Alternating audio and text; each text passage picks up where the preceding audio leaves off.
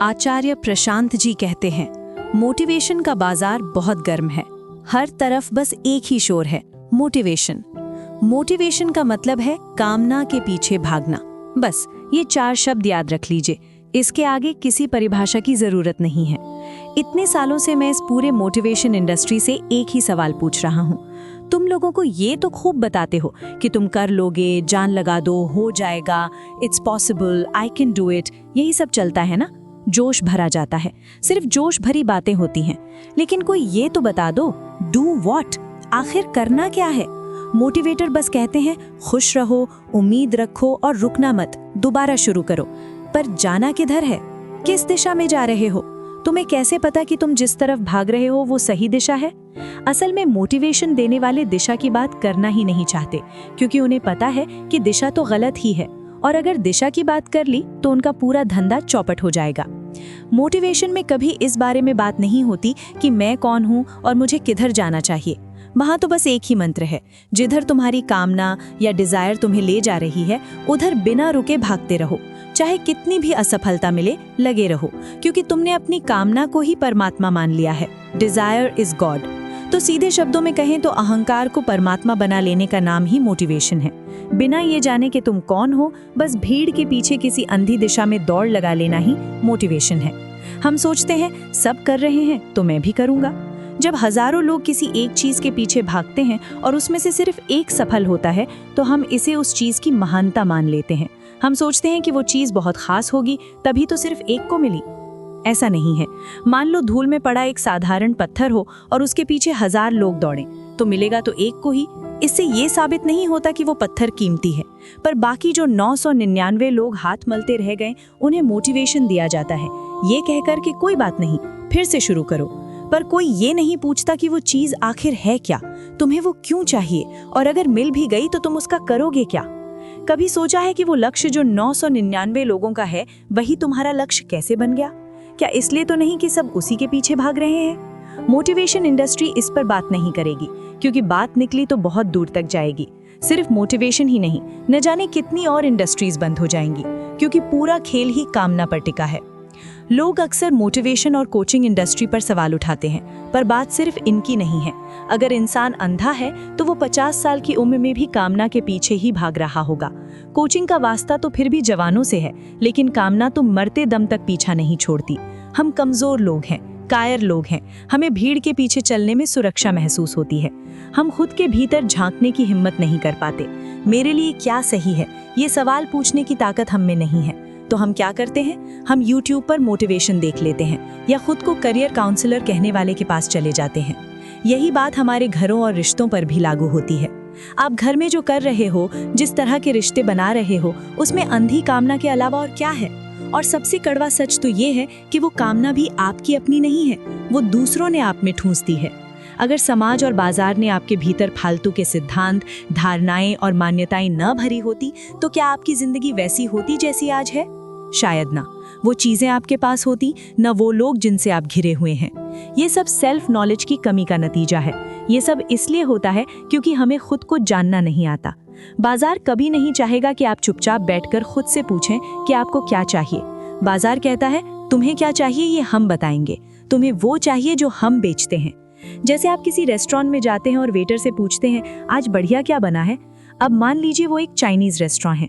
क्या कभी ऐसा हुआ कि वेटर कहे कि साहब यहाँ तो सब बेकार है, बगल वाली दुकान पर छोले भटूरे बहुत अच्छे हैं, वहाँ जाइए? कभी नहीं। वो वही बताएगा जो उसके मेन्यू में है। यही हाल कोचिंग सेंटरों का है। आप यूपीएससी की दुकान पर जाएंगे तो वहाँ बैठी काउंसलर कभी ये नहीं कहेगी कि आपके लिए माउंटेनियरिंग या फैशन अच्छा है। वो तो यही कहेगी कि तुम आईएएस बनने के लिए ही पैदा हुए हो, लाओ फीस जमा करो और बैठ जाओ क्लास में। हमारी हालत उस गिलास की तरह हो गई है जिसमें कोई भी कुछ भी भर देता है। पानी भर दो तो पानी, कॉफी भर दो तो कॉफी। कोई आए और इसमें कूड़ा भर दे तो ये उसे भी मना नहीं करेगा। क्या हम भी ऐसे ही हैं? कोई भी आएगा और हमारे दिमाग में कुछ भी भर देगा। जब आपको खुद नहीं पता कि आपके भीतर किसको जगह मिलनी चाहिए, तो कोई भी आपकी जिंदगी का रिमोट कंट्रोल अपने हाथ में ले लेगा। मोटिव का मतलब ही होता है कामना। मोटिवेशन इसलिए चाहिए क्योंकि जो तुम कर रहे हो वो तुम्हारे दिल की आवाज नहीं है, वो किसी और ने आप पर लादा है। इसलिए 2-4 दिन तो आप जोश में काम करते हो, फिर बैटरी डाउन हो जाती है, फिर आपको मोटिवेशन का इंजेक्शन चाहिए होता है। याद रखिए, जिसे मोटिवेशन चाहिए समझ लो वो गलत रास्ते पर चल रहा है। जो सही रास्ते पर होगा उसे किसी बाहरी धक्के की जरूरत नहीं पड़ेगी। हम गीता के देश में रहते हैं और यहाँ मोटिवेशन सिखाया जा रहा है। भगवान श्री कृष्ण पूरी गीता में निष्काम कर्म या मोटिवलेस एक्शन की बात कर रहे हैं। ऐसा काम जिसमें कोई स्वार्थ या कामना ना हो, ऐसा काम जो मन की सच्चाई से हो, न कि किसी चाह से। और हम क्या कर रहे हैं? हम मोटिवेशन के पीछे भाग रहे हैं, जो पूरी तरह कामना पर टिका है, जो सिर्फ कुछ पाने की सोच से किया जाए। ये गीता का अपमान है। हमारी ज्यादातर इच्छाएं बाहर से डाली गई होती हैं, इम्प्लांटेड हैं। जैसे किसी पौधे में दूसरी टहनी लगा दी जाती है, वैसे ही हमारे दिमाग में दूसरों के सपने लगा दिए गए हैं। हम भूल ही गए हैं कि हमारी असलियत क्या है। पूरा सेल्फ हेल्प क्षेत्र अहंकार को और मजबूत करता है, हमें और ज्यादा मैं करना सिखाता है, जबकि अध्यात्म का अर्थ है अहंकार का गल जाना, अपने मैं को छोड़ना। लोग कहते हैं अपने सपने कभी मत छोड़ना, लेकिन हमारा सपना तो बेहोशी में आता है, होश में तो हकीकत होती है। होश में ही हमें सच दिखाई देता है। सच्चाई को देखने के लिए सपने नहीं, हकीकत चाहिए। जैसे हीरे पर कचरा जमा हो तो उसे साफ करना होता है। हीरा कैसा दिखेगा ये पहले से तय मत करो, बस कचरा हटाओ, हीरा अपने आप चमक उठेगा। क्या आप जानते हैं कि शॉपिंग मॉल में जो म्यूजिक बजता है वो यूं ही नहीं होता? उसके पीछे मनोवैज्ञानिक बैठे हैं जो ऐसा म्यूजिक चुनते हैं जिससे आपके भीतर चीजें खरीदने की इच्छा जाग जाए। रेस्टोरेंट की कुर्सियों का रंग, वहाँ की खुशबू, सब इस तरह तय किया जाता है कि आप ज्यादा ऑर्डर दें। आप स्टारबक्स जाते हैं और लार्ज कॉफी मांगते हैं। घर में तो आप थोड़ा सा पीते थे, वहाँ लार्ज क्यों मांगा? क्योंकि आपसे बुलवाया गया है, आप गुलाम बन गए हैं। हम सब कंडीशनड हैं, रूसी वैज्ञानिक पावलोव के कुत्तों की तरह।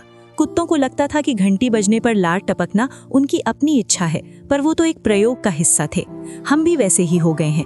हमारी पसंद, हमारी नापसंद सब बाजार और समाज ने तय की है।